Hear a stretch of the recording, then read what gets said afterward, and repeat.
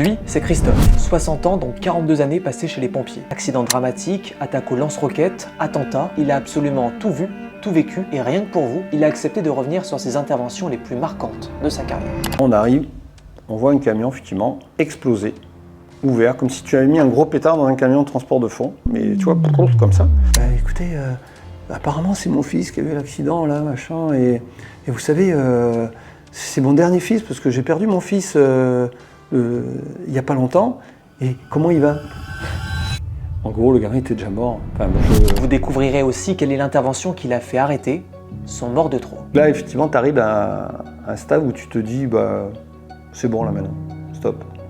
C'est bien d'arrêter. Les pompiers peuvent compter sur leur mental d'acier, leurs conditions physiques, leur cohésion de groupe, mais aussi et surtout sur leur véhicule d'intervention entièrement équipé pour parer à toute situation. J'espère que c'est là où on va éviter d'aller. Dans tous les cas, c'est de mieux en mieux équipé. Il y a vraiment du matériel pour prendre en charge les victimes. Bonjour à tous, je m'appelle Kevin Zenger, je suis journaliste indépendant et j'ai décidé de donner la parole à celles et ceux qu'on n'entend jamais. Bienvenue sur l'œil de Kev.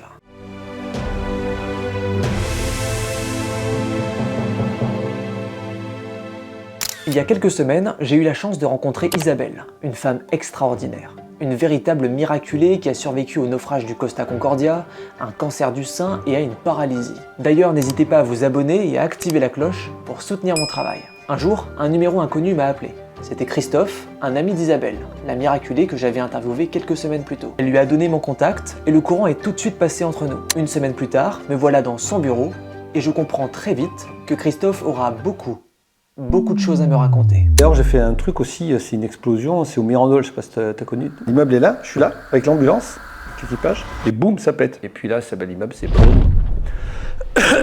Christophe a tout juste 18 ans quand il commence à s'intéresser au métier de pompier. Et c'est à Marseille que tout va commencer. Alors, je suis rentré chez les pompiers simplement parce que j'ai mon petit voisin, qui était un garçon qui avait 2 ans ou 3 ans de plus que moi, qui était un garçon adorable, et il me dit, je suis chez les marins-pompiers de Marseille. Je dis, c'est quoi les marins-pompiers de Marseille? Déjà, je me suis dit, marin, pompier, donc ça, il doit y avoir du bateau. Je ne me voyais pas trop faire aller sur les bateaux. Bon, il faut dire qu'à l'époque, à 17 ans, je ne me voyais pas faire grand-chose, parce que je ne travaillais pas vraiment spécialement bien à l'école, voire pas du tout. Et il m'a mis la puce à l'oreille, en sachant que j'avais aussi mon oncle, qui était pompier aussi professionnel, donc j'avais quand même un petit peu une visibilité sur la profession, mais sans trop savoir effectivement si ça me plaisait ou pas. Et puis à force de discuter, j'ai dit mais oui, c'est ce qu'il faut que je fasse. Donc c'est parti là-dessus. J'ai jamais été pompier volontaire, j'aurais bien aimé, parce que pompier volontaire aussi c'est quand même quelque chose d'intéressant. D'ailleurs je dis aux jeunes qui voudraient le faire qu'ils y aillent, parce que c'est vraiment une découverte. Et je trouve que c'est bien de rentrer par les pompiers volontaires. Donc moi j'ai pas eu cette occasion malheureusement.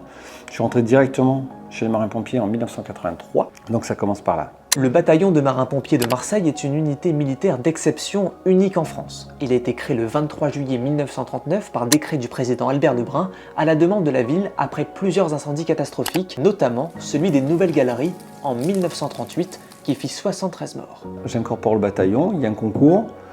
Je rentre, j'arrive à rentrer, c'est en mois de décembre, je rentre dans une caserne très froide dans les quartiers nord de Marseille.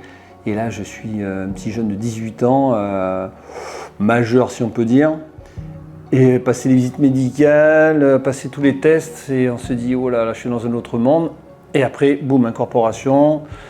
Pendant 4 mois de formation avec un groupe où on est, je crois qu'on devait être une quarantaine.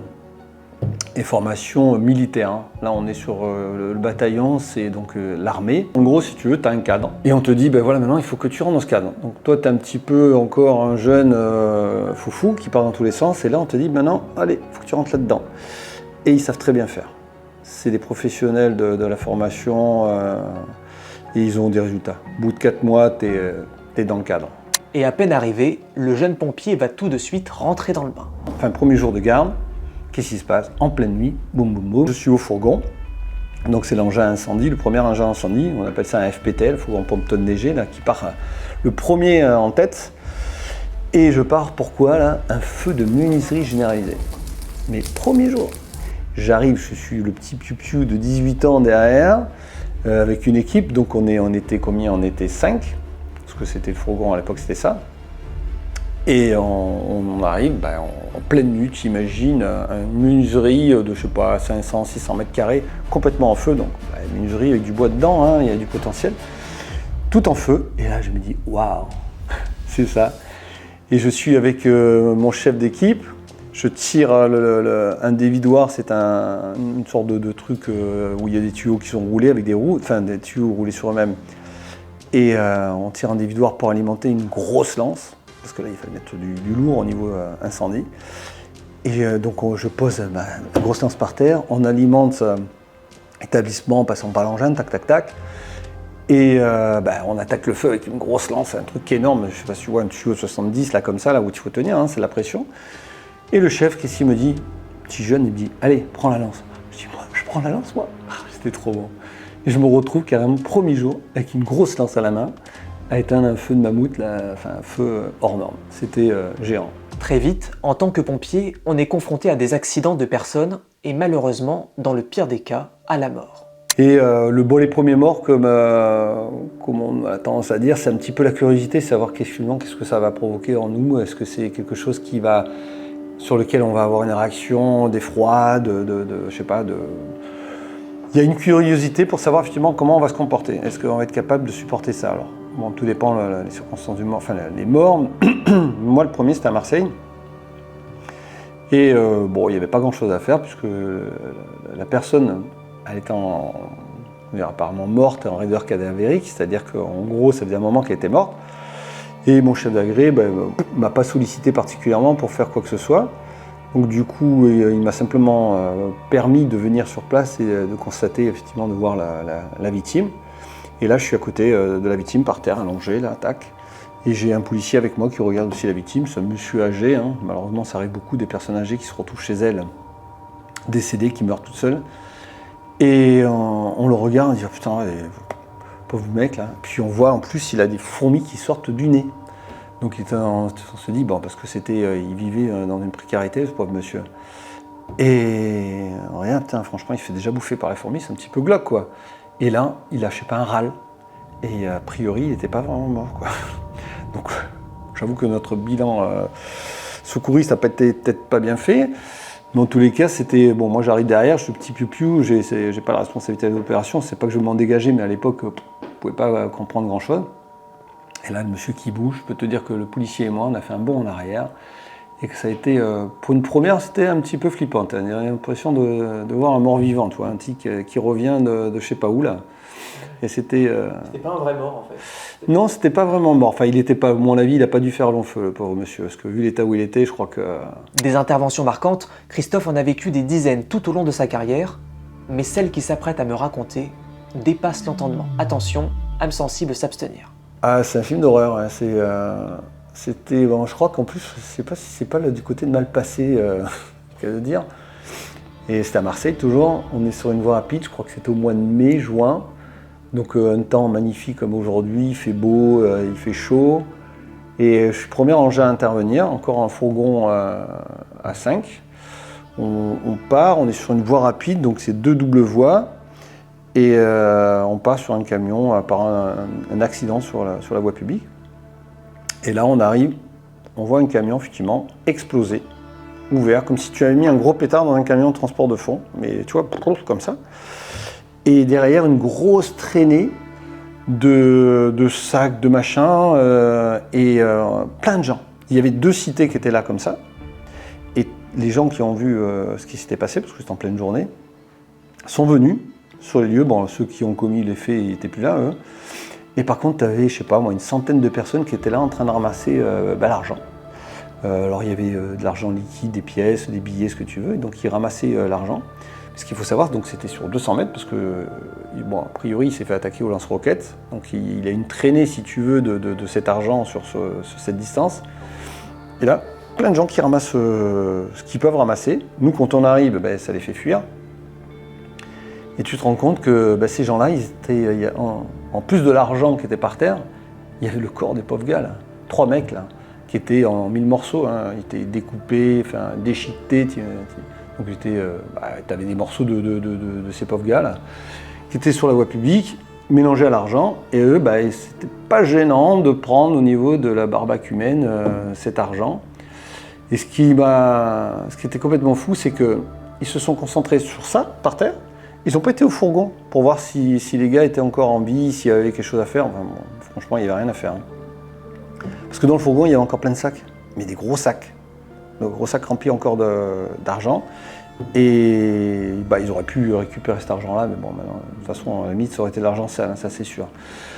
Et nous, ce qu'on a fini sur cette opération, c'est qu'à la fin, on nous a demandé de prendre d'un côté les billets et de l'autre côté les morceaux des mecs. Donc si tu veux, on était des équipes, on ramassait l'argent d'un côté et de l'autre côté, on ramassait les morceaux de ces pauvres gars.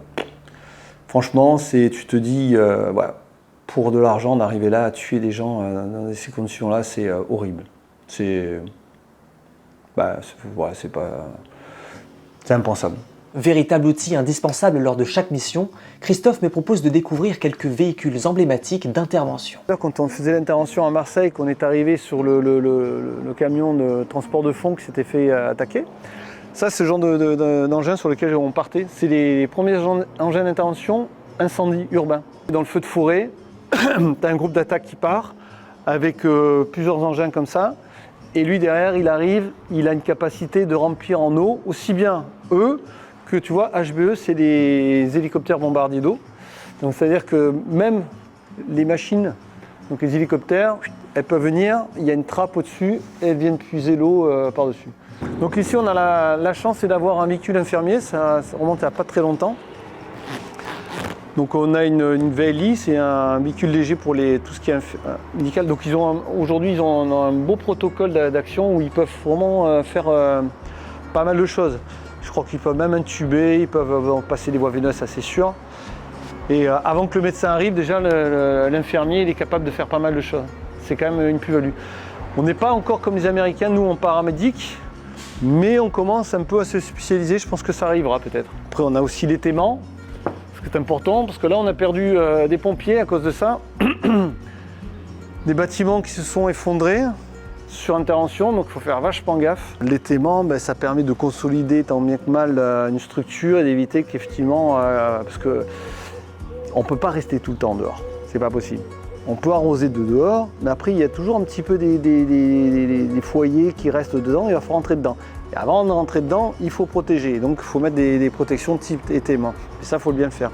Et si on ne le fait pas, on prend des risques, et c'est arrivé malheureusement à des collègues en France, où sur des feux, ils se sont retrouvés avec des morts parce que ça n'avait pas été étayé. Alors qu'il est encore au bataillon des marins-pompiers de Marseille, Christophe va intégrer l'équipe des Secours du Rocher, une unité spécialisée qui intervient principalement dans des environnements difficiles d'accès, comme les falaises, les calanques, les zones escarpées ou rocheuses autour de Marseille. Et là aussi, Christophe n'est pas au bout de ses surprises. Bon, la première fois, je me suis dit, je vais mourir. Parce que je me suis retrouvé face au vide dans les calanques, je me suis dit mais c'est pas possible, je vais pas descendre un truc à 100 mètres accroché à un arbre, ils sont fous. Et après je suis devenu un adepte, j'étais très très bien encadré, parce que le bataillon c'est ça qui est avantageux, c'est qu'on a vraiment des gens très professionnels.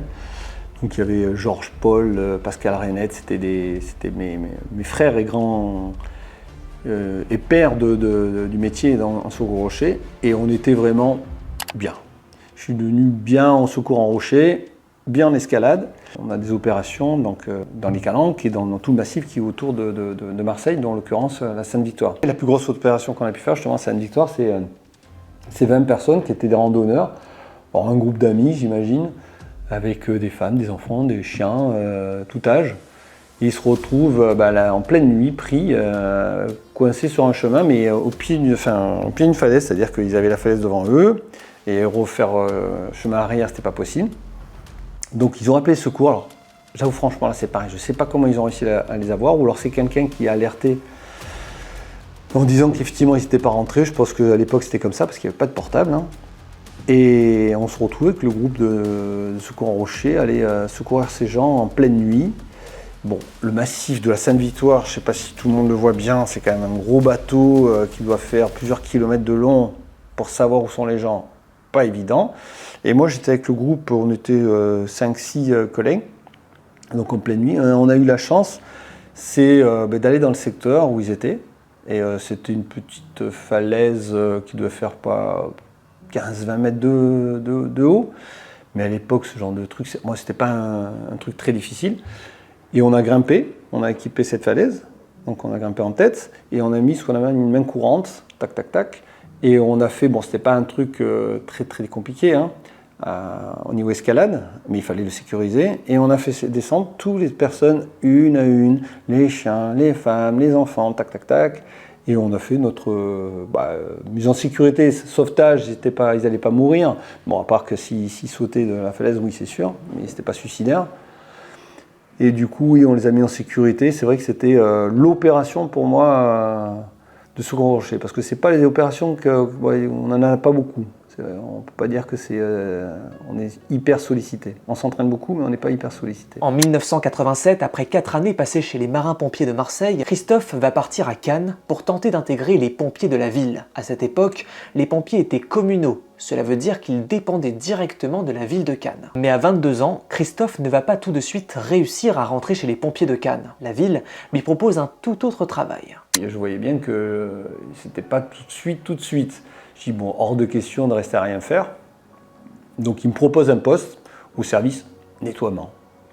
Bon, nettoiement, écoute, why not, hein, tu te retrouves, quel âge j'avais, 22 ans. 22 ans, après 4 ans passés au bataillon, à faire des trucs un peu hors normes, et tu te retrouves un samedi après-midi, avec rue d'Antibes, en haut, avec un petit charton, tu sais que tu tires avec des roues là, tac, un chasuble jaune, une pelle, un balai, et à balayer la rue en plein après-midi de la rue d'Antibes. Et là, à 22 ans, tu te dis, ah ça va pas le faire. Eh bien, ça l'a fait. Et j'aurais pu avoir mon ego qui me dise, oh putain, mais qu'est-ce que tu fais là? J'ai dit, bah oui, c'est sûr que je ne me voyais pas faire ma carrière là-dedans. Mais j'ai dit, m'en fous. De toute façon, je ne resterai pas. J'avais ma fille déjà. J'étais en totale conviction que j'allais réussir à faire quelque chose, alors que ce soit chez les pompiers ou sinon j'avais commencé à faire un brevet d'état d'escalade. Donc je me suis dit, je vais faire mon job dans l'escalade. Et je me suis retrouvé à faire nettoyer les rues avec mon balai. Après, j'ai ramassé aussi les poubelles avec comment on appelle ça, les bennes. Alors c'était bien parce qu'à l'époque, je courais comme un lièvre, parce qu'à la limite, j'allais plus vite que le camion. Et j'ai bien aimé. J'ai rencontré des gens sympas. J'étais avec des jeunes, on s'amusait. Enfin, c'était sympa. Un an plus tard, il entre enfin chez les pompiers de Cannes. Et il va y rester des années. On m'a enfin ouvert les portes des pompiers de Cannes. Ça y est, j'ai pu rentrer chez les pompiers civils. Ce qui était quand même, on va dire, un autre monde aussi. Quand la bascule aussi entre le bataillon et les pompiers civils, c'est le civil et le militaire, c'est pas pareil, on est d'accord. Même si on porte une tenue aujourd'hui, que ça ressemble un petit peu à l'armée, avec des galons, enfin des grades, etc. On n'a pas la même méthodologie. On n'est pas quand même des militaires au garde à vous à attendre les ordres. Et c'est vrai qu'au départ, c'était un peu plus dur. Autant le service de nettoiement, ça m'a pas trop dérangé parce que bon, j'ai dit de toute façon, ça sera une parenthèse, hein, ça va passer. Autant là, je me suis dit, ça va être compliqué là, parce que c'était des ordres à l'attaque. C'était pas obligatoirement toujours très coordonné, mais au final, ça marche. Alors, il y a quand même des gens qui arrivent à chapeauter tout ça, à faire en sorte que ça fonctionne. Mais là, je veux dire, on est passé à l'ère départementale et c'est vrai que il y a quand même des formations de plus en plus maintenant bien cadrées. Tentative de suicide, accident de la route, décès brutal, Christophe et ses collègues sont sur tous les fronts. Et puis, il y a ces interventions qui restent et qui sont impossibles à oublier. On se retrouve sur un accident, c'est le petit matin, un gamin qui va bosser, je crois, ou qui rentre, je ne sais plus du boulot, et qui sort du virage, il traverse la route, donc il va là sur la voie d'en face, et puis manque de peau, il y a un gars qui arrive avec sa voiture, il passe dessous carrément. Le mec il peut rien faire, il traverse la route, il lui écrase. Et donc imagine une voiture qui passe sur le corps d'un gamin, écoute, le pauvre gamin, il était dans un sale état, donc nous on arrive là-dessus. Un groupe donc d'intervention avec secours routier, ambulance, etc. Chef de groupe, j'étais chef de groupe. On prend en compte la victime, bien sûr, en priorité. Bah là, le gamin, on commence à lui faire des problèmes. Bon, il était en arrêt cardiaque, on commence à le masser, et puis là, quand tu masses, il y avait une hémorragie de folie, et puis il y avait du sang qui sortait de partout par la bouche. Quand tu es à côté, tu vois ça, tu te dis, bon là, on va continuer, mais tu sais que c'est déjà mal engagé, quoi. Donc, mais on continue, parce que de toute façon, il n'y a pas hors de question d'arrêter, c'est un jeune, et puis même pas en rêve, quoi, faut continuer. Et à côté de ça, donc, on a aussi le conducteur de la voiture, qui lui, il est choqué. C'était une personne qui travaille dans la police municipale, un type qui peut rien, quoi, hein, il n'a pas pu éviter le gamin qui est venu se foutre sous sa voiture, mais choqué. Donc j'ai demandé à un des secouristes de ne pas le lâcher, parce que pour moi c'est quelqu'un qui est impliqué et qui a besoin qu'on s'occupe de lui, parce que c'est quand même pas anodin ce qui lui arrive. Et donc l'opération se met en place, on balise, on sécurise le secteur. Bon, le gamin, ils sont toujours en train de travailler, il y a l'équipe médicale qui arrive, le SMUR, donc tout ça qui vient. Bon, ils font ce qu'ils peuvent. Et puis au bout d'un moment, je vois qu'il vient en bas d'Aranguin, 3-4 personnes qui arrivent. Et je vais à leur contact, parce que je suis responsable du site. Et je leur demande, bonjour, vous voulez quoi?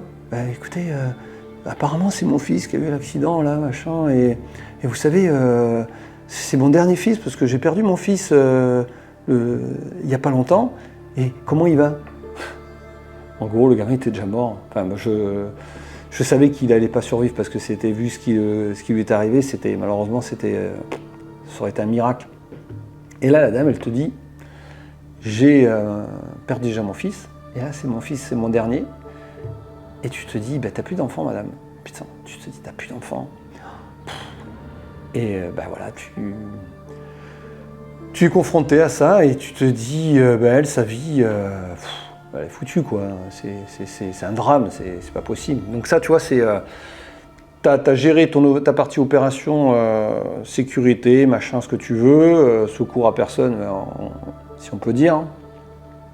Et après, derrière, t'as ce package qui arrive, avec ces pauvres gens. Alors là, t'essaies de un petit peu les emballer, de leur dire qu'on est en train de faire un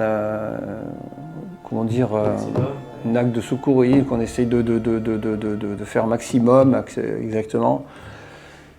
Mais tu peux pas encore annoncer quoi que ce soit. De toute façon, on attend que le médecin le fasse, parce que c'est lui qui est capable, qui pourra le dire à la fin si la personne est décédée, et de dire d'arrêter.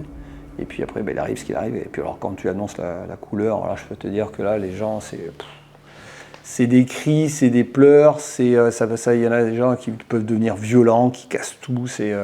Là, en général, c'est pas le moment le plus agréable. Là, tu te fais tout petit, tu essaies de faire en sorte que ces gens-là se fassent pas mal, déjà. Tu essaies de les protéger tant bien que mal. C'est pas les moments les plus agréables. Alors, fort heureusement, les interventions ne terminent pas toutes de manière dramatique. Et des tas de personnes secourues s'en sortent grâce à la réactivité des pompiers. Et ça, tu sais c'est quoi? Non. C'est un pouce. Jusque-là, je t'apprends rien. Ouais, c'est un pouce. Ouais, c'est un pouce. Et ça, à Marseille, j'ai eu un gars qui me fait ça. Il fait, ah. Je dis, mais qu'est-ce qu'il veut, lui, avec son pouce? Et en gros, c'était un gars que j'avais transporté quelques mois avant, un menuisier, qui était dans sa menuiserie, qui s'est coupé le pouce à la disqueuse. Et on était intervenu sur ce monsieur. Et du coup, on a pris en charge la personne. Donc on lui a fait le soin qu'il fallait bien pour protéger le membre qui était sectionné. On l'a emballé et tout ça. Et je me rappelle que ce monsieur, je lui ai dit, monsieur, vous inquiétez pas, on a bien pris votre pouce. Il est bien coupé, c'est propre. Il est dans un emballage, il est nettoyé. On est dans un emballage avec du froid, protégé, etc. On vous amène dans la clinique. Alors je crois que à l'époque, c'était la Timone. À la Timone, il y a des chirurgiens qui sont spécialisés dans la main et qui vont vous reprendre. Et vous allez voir, ça va marcher, c'est sûr et tout. Et donc, je lui dis la vérité. Enfin, je lui dis ce que je pensais parce que j'y croyais vraiment et la preuve en est. Et quelques mois après, je te dis, à Marseille, je vois un gars au loin comme ça qui me fait comme ça. Ah, je dis, qu'est-ce qu'il veut faire du stop ou quoi? Et je vois ce gars-là, puis je me rappelle de ce menuisier qui était là, qui était avec son pouce. Il remarchait, a priori, c'était bon. Non. Donc comme quoi les membres, faut pas rêver, hein, quand ça arrive un peu plus haut, ça commence à être compliqué. Hein. Mais des doigts, tout ça, c'est vrai qu'aujourd'hui, on est capable de bien récupérer les sections de membres. Et à ce moment-là, Christophe me confie aussi une petite frustration que partagent beaucoup de pompiers. Après une intervention, ils aimeraient parfois avoir des nouvelles des personnes qu'ils ont secourues. Un simple courrier, un mot de remerciement, cela leur ferait chaud au cœur et donnerait encore plus de sens à leur engagement. Derrière l'uniforme, sous le casque, il y a un humain avec ses émotions, un cœur qui bat, une vie de famille. Et quand les morts s'enchaînent, surtout quand ils sont jeunes, voire très jeunes, il devient presque impossible pour certains de continuer. Ça a été le cas de Christophe qui, suite à l'intervention que vous allez découvrir, a décidé d'arrêter. C'est ce qu'il appelle encore aujourd'hui son mort de trop. Et c'est exactement ce que j'ai dit à mon épouse quand je suis rentré, j'ai dit je peux plus faire ça, c'est pas possible. Parce que humainement parlant, c'était mon petit-fils, c'était horrible, c'était insoutenable. Donc c'est une opération que je pense que c'était la dernière, vraiment importante. Et ce qui s'est passé, c'est un truc malheureusement complètement fou. C'est un gamin de 3 ans et demi qui s'est fait opérer des végétations. Apparemment, il y a eu quelque chose qui a bricolé. Alors ça, je ne pourrais pas dire quoi parce que je ne suis pas médecin. En tous les cas, il y a une hémorragie interne. Et quand on est arrivé, la maman, c'était dans la nuit, hein, elle était en train de masser son petit gamin sur le canapé. Donc en train de masser le petit. Pareil, du sang qui sort de partout. Donc c'est pas très bon. Quand tu commences à avoir du sang qui sort, ça veut dire qu'il est rempli de sang. Donc c'est pas génial. C'est-à-dire que ça va aller dans les poumons et tout, hein, c'est pas top. Et donc on prend en charge. On se met, l'équipage de l'ambulance met dans le salon. Bon, la famille sort dehors parce qu'en général on fait pas ça devant tout le monde. Donc là il y a le médecin, on envoie tout ce qu'on peut envoyer. Ça dure 1h30, 2 heures sans problème. Là c'est vraiment l'acharnement.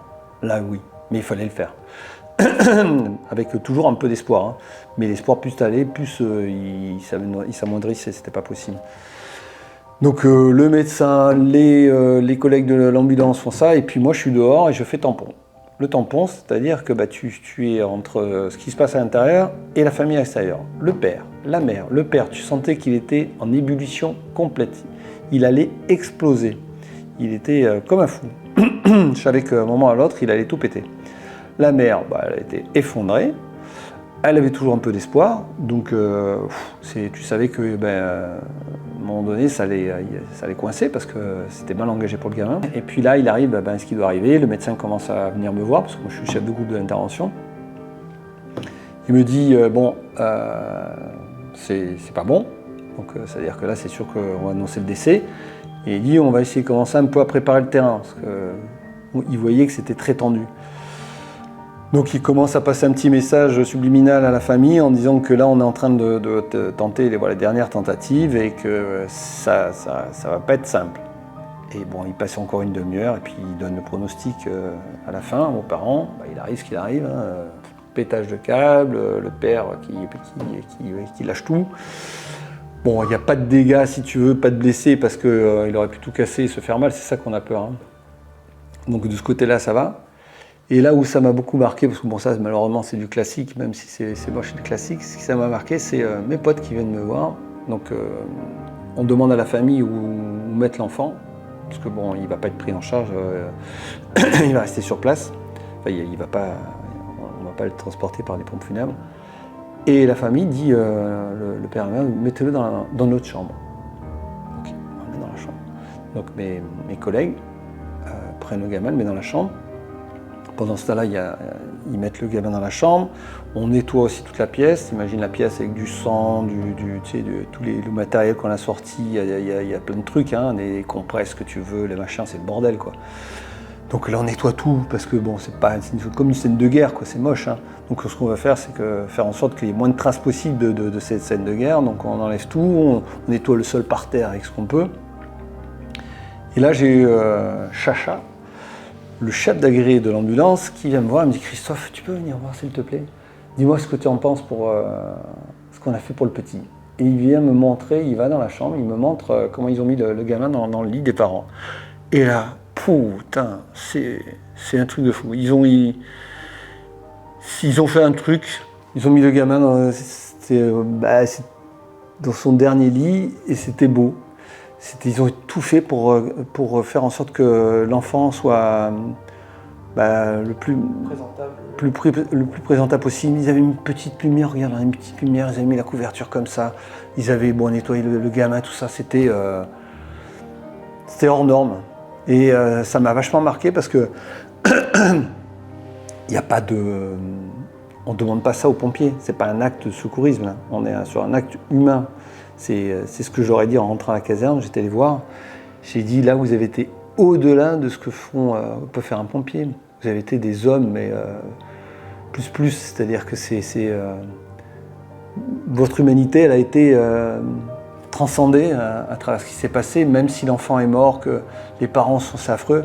Mais moi, je trouve que ce que vous avez fait, déjà, dans le sens de l'acharnement que vous avez eu à ne pas vouloir lâcher l'acte de secourisme, c'est déjà énorme. Et après, derrière, d'avoir cette volonté de préparer cet endroit pour que l'enfant soit le plus présentable possible pour la famille, avec toute la délicatesse que vous avez eue, je dis franchement, là, et puis il y en a un qui s'est carrément effondré, un petit jeune, il est parti en pleurant, parce que c'était un jeune papa d'ailleurs, un enfant de 3 ans. Et j'ai dit, écoute, c'est quoi?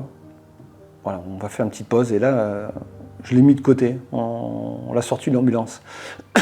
On a dit pour la soirée qu'on allait le dégager, parce que je pense que c'était too much, il ne fallait pas qu'il y ait encore autre chose derrière. Donc là, effectivement, tu arrives à un stade où tu te dis, c'est bon là maintenant, stop. Aujourd'hui, Christophe fait de la prévention. Plus aucune opération, car mieux vaut prévenir que guérir. Et de toute façon, la relève est déjà assurée. Son beau-fils est rentré il y a plus d'1 an chez les pompiers. Bon les amis, je viens à l'instant d'arriver pas très loin de chez Christophe. Hasard de la vie, il habite à 9 minutes, montre en main, de chez moi. Incroyable. Donc là, je vais aller le rejoindre. Je vous emmène avec moi. Et là, vous allez voir un Christophe beaucoup plus soft, beaucoup plus zen. N'hésitez pas à vous abonner à ma chaîne YouTube. C'est ultra important pour le référencement et pour que vous puissiez regarder et voir les autres vidéos qui arrivent en masse sur ma chaîne YouTube. Voilà, allez, on va rejoindre Christophe parce que je pense qu'il m'attend. Il a dit 18 h, il est -5 et le téléphone se casse la gueule. Bon, je suis chez Christophe. Et oui. Avec Christophe, tu vas bien? Bienvenue. Oui, très bien, merci. Là, du coup, t'es pas en habit de pompier. Hein. Et non, je suis de repos, donc aujourd'hui, je suis pas en habit de pompier. Je t'avoue franchement que c'est bien d'être en civil. Hein. Porter la tenue de pompier, au bout d'un moment, le bleu déteint sur ton corps à la fin. Tu sais, tu es toujours bleu. Bon, c'est pratique pour s'habiller le matin, mais c'est contraignant à la fin. J'imagine. Voilà. Donc là, on est chez toi. C'est là où tu es avec ta famille, avec tes enfants. C'est ça. On est dans le salon, et puis c'est la pièce de vie où, effectivement, là, on peut voir que c'est pas zen, ça nous correspond, c'est coloré, c'est animé, et voilà, on a... J'aime beaucoup la décoration. Merci, c'est gentil. Je veux dire, même si ça n'a aucune valeur ajoutée. Ah, mais voilà, Pas si ça plaît, c'est ton milieu. surtout, j'ai appris quelque chose. Tu vois, comme quoi on discute, on a beaucoup discuté par téléphone, mais j'ai ignoré un truc que tu m'as appris il y a quelques secondes. D'accord. Tu fais de la musique. Oui.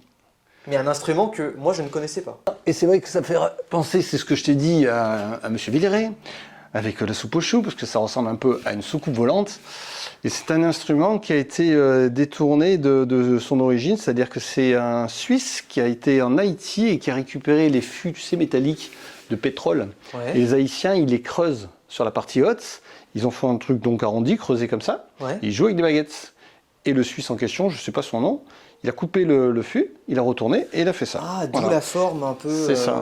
Et maintenant, tu as, sur cet instrument, ce qui est bien, c'est que pour les gens comme moi, qui ne sont pas des artistes aguerris, je suis loin d'être un musicien, c'est juste pour me faire plaisir, c'est que tu as des notes qui sont déjà toutes faites. Tu n'as pas besoin de faire grand-chose. Et la plus belle des notes, c'est celle du centre.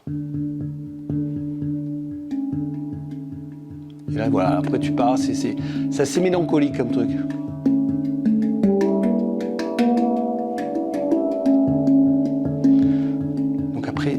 Bonne nuit les petits. C'est ultra zen, c'est ultra reposant.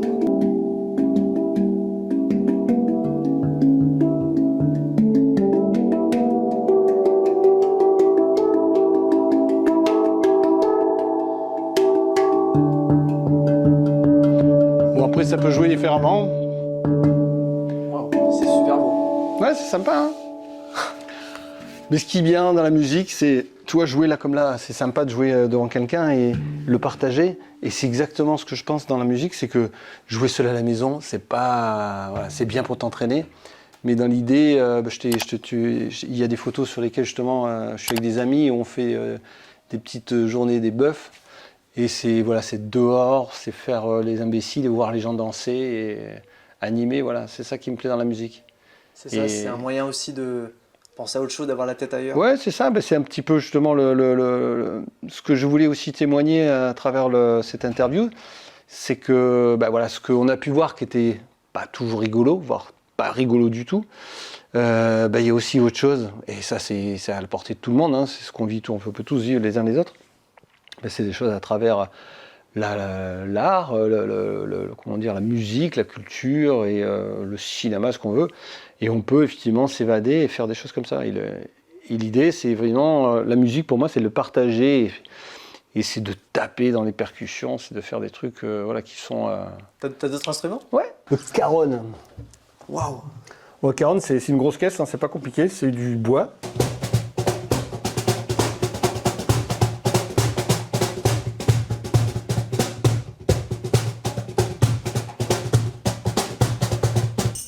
Ah, tu joues avec les pieds?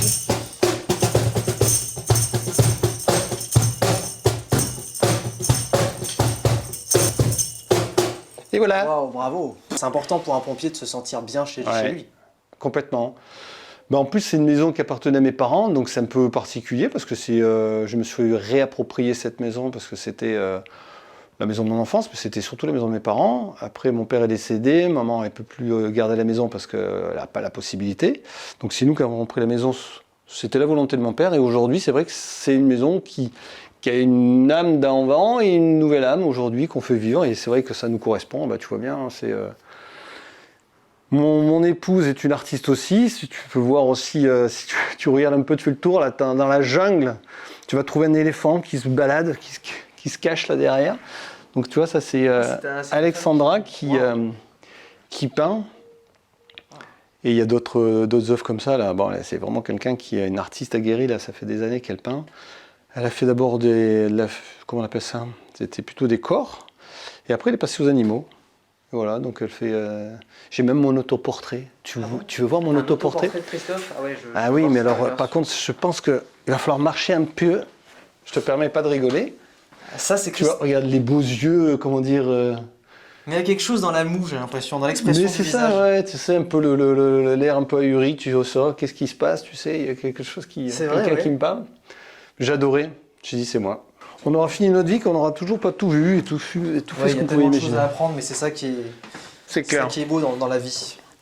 Après, ce qui me plaît, c'est le sport, ça on en avait parlé, et ce que je voulais témoigner aussi à travers le sport par rapport à ce qu'on s'était dit en échange, c'est le fait qu'effectivement c'est un défouloir chez les pompiers, parce que la réalité du terrain fait que tu as besoin à un moment donné d'extérioriser ce que tu as vécu. Alors c'est en faisant des bêtises, parce qu'en caserne ils sont très forts pour ça, pour faire un peu les couillons comme on dit, pour être gentil. Et donc ça va dans tous les sens, il y a des verres qui volent, enfin des trucs, des couteaux qui restent plantés au plafond, tu sais pas pourquoi. Ils volent aussi. Donc c'est des bêtises de pompiers. Et après c'est dans le sport. Donc le sport c'est le défouloir. Et c'est toujours les championnats du monde. C'est rare qu'on joue à la baballe. C'est toujours quelque chose où il faut absolument mettre le maximum.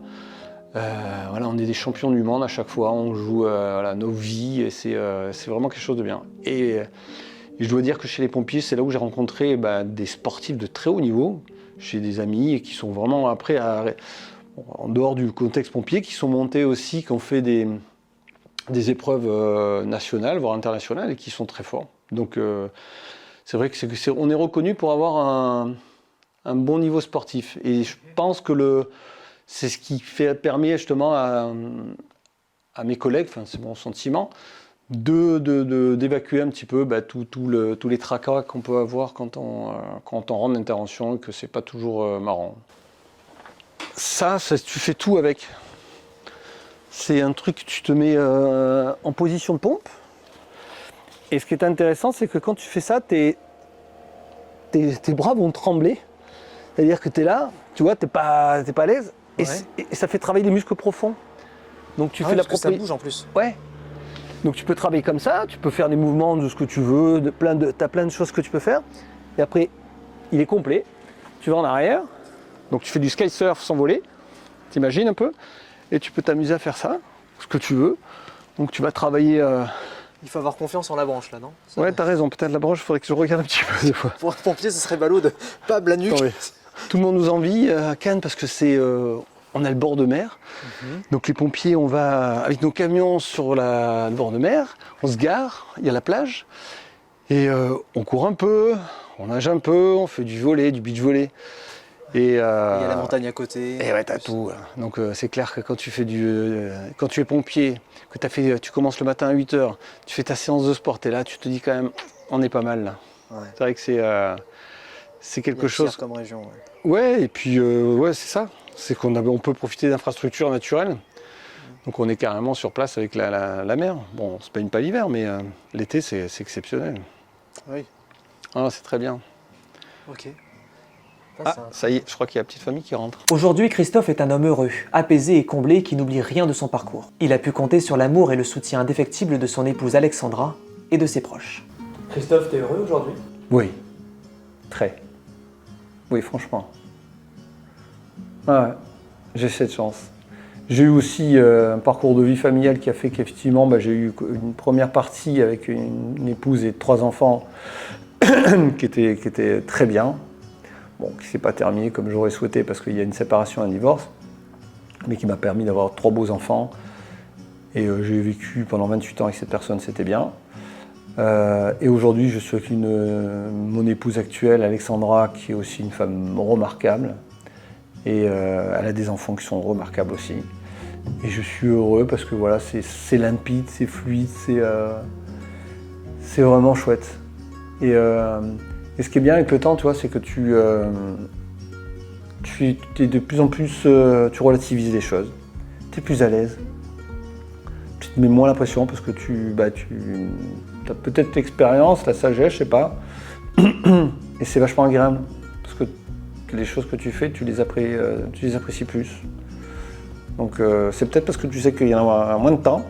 Donc tout ce qui se passe, c'est ouais, tu les prends au maximum. C'est un bon message de fin, je trouve. Oui, j'espère, tant mieux. Parfait, merci beaucoup Christophe. Merci à toi, Kevin.